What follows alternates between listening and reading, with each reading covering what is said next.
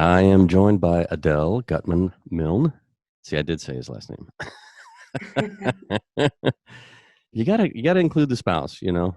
That's right. That's right. Founder, Aspire Reputation Marketing, coming to us from, I think, Charleston, South Carolina. That's right. Good morning. Hi, how are you? Great. Thanks. Happy New Year. Happy New Year. Yeah.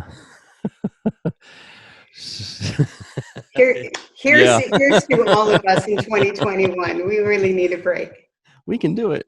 Yes. I mean, we're starting to see the light at the end of the tunnel, or are we seeing the light at the end of the tunnel? Yeah. Yes. Those vaccines are going out, but haven't reached many arms. So Yeah. let's hope we can get it together quickly.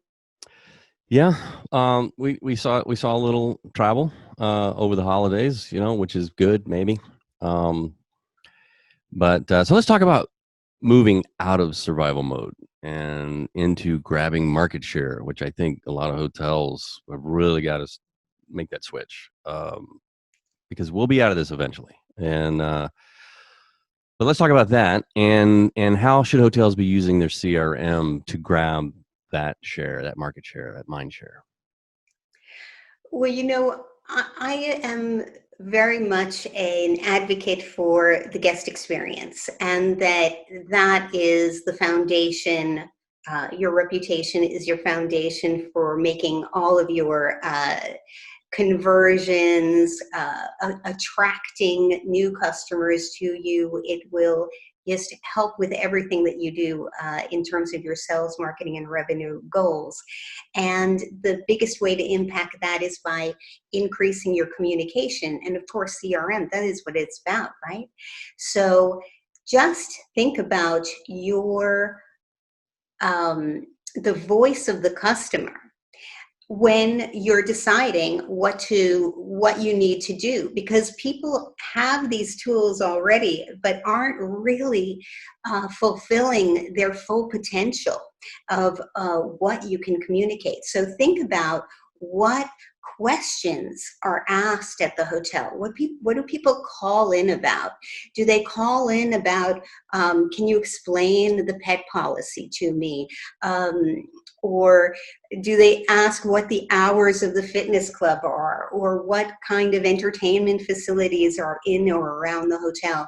Then that information is going to inform you on what you need to be saying on your pre-stay emails and and as well as on your website and your booking engine.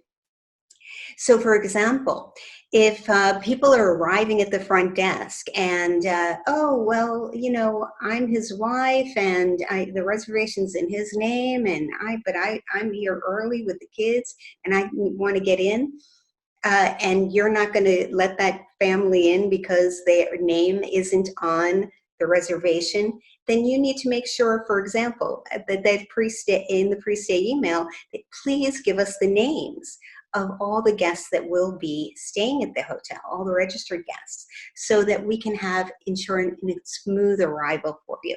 Or people saying, oh, I passed the hotel 3 times. The address says Madison Avenue, but it's really 41st Street where the entrance is. Well, that is something that you need to say. Tell your taxi driver that the entrance is on 41st Street between Madison and Park, for example. Or, I love yoga, but nobody told me there were going to be yoga classes every Friday. I should have brought my stuff. Why didn't you tell me?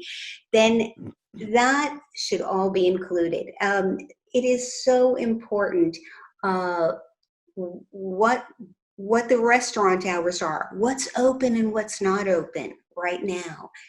People are being very disappointed that maybe breakfast isn't what it used to be. Maybe the dinner hours are different. What is that experience going to be like? As much as possible, try to get it into the pre-stay email. And there's no saying that the pre-stay email has to be limited to one email. If you can have an email that's a week in advance and another one that's 3 days in advance, whatever works for your your hotel or your market segment. You know, I've written, as a marketer, I've written a lot of emails over the years, and the hardest thing to do is get in the shoes of your audience, to get out of your own shoes, to get out of your own way. And you're talking about some really basic stuff. But I mean, Yeah. literally, the marketer can go down to the front desk and go, "Give me the top 5 things people talk about, ask about, or complain about." I do that And all the time. It's something that I do on a quarterly basis. Tell me what questions are being asked in reservations, and or at the front desk, and I will know what my website needs to address better. yeah, Or sometimes the signage in the hotel or out of the hotel oh yeah, needs to address it better. I've heard you talk about pre-registration forms can help personalize a guest experience. Tell us what that should look like. Well, I think you're more prepared for the customer if you know, or the guest, if you know why they're there. If you know they're going to see the concert across the street, then you know what's happened with the other concert goers. How do I get there? I know it's just across the street, but do I go this way or that way? Like, how does it work? Do you have a shuttle that goes over there? So anything that you can find out, are they coming for a convention? Are they going to the concerts? Are they coming for business or pleasure? Is it their anniversary or birthday or honeymoon? That is I don't care if they're lying, to be honest with you. If all I need to do to make somebody super happy is send them some Prosecco and some strawberries or something, and then, let me do it. It is the easiest thing to help me get a customer for life. And, it only costs a few dollars. Yeah. So I really want to know as much as I can, what language are they speaking? And by the way, while you're doing this pre-reg, you can also be asking,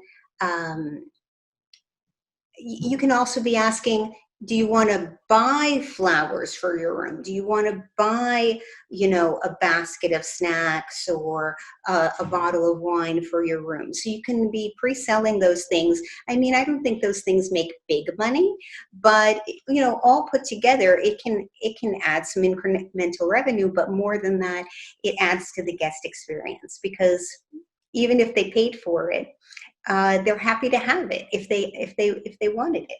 So if you can make them an offer like that, that would be great. And you know what? Like in my booking engine, I always had it where I'm making the sale after they pick the room. I'm telling them what they can pick to add in terms of a price. In real life, I'd rather probably close that sale and then have it a tool that afterwards I can ask them, now you've booked it, what do you want to add? And, what do people complain about? Oh, my mattress was too hard, or I wish that I had a coffee maker in the room. Maybe some hotels don't. I wish I had a humidifier. I need, a gallon of water for my CPAC, whatever it is, have a list of all the things that you need. If people say, these pillows are to this or to that, or this blanket is to this or to that, then give all those options, like your pillow menu or the bedding options, or, allergen free, or that you have a dog, or whatever it is.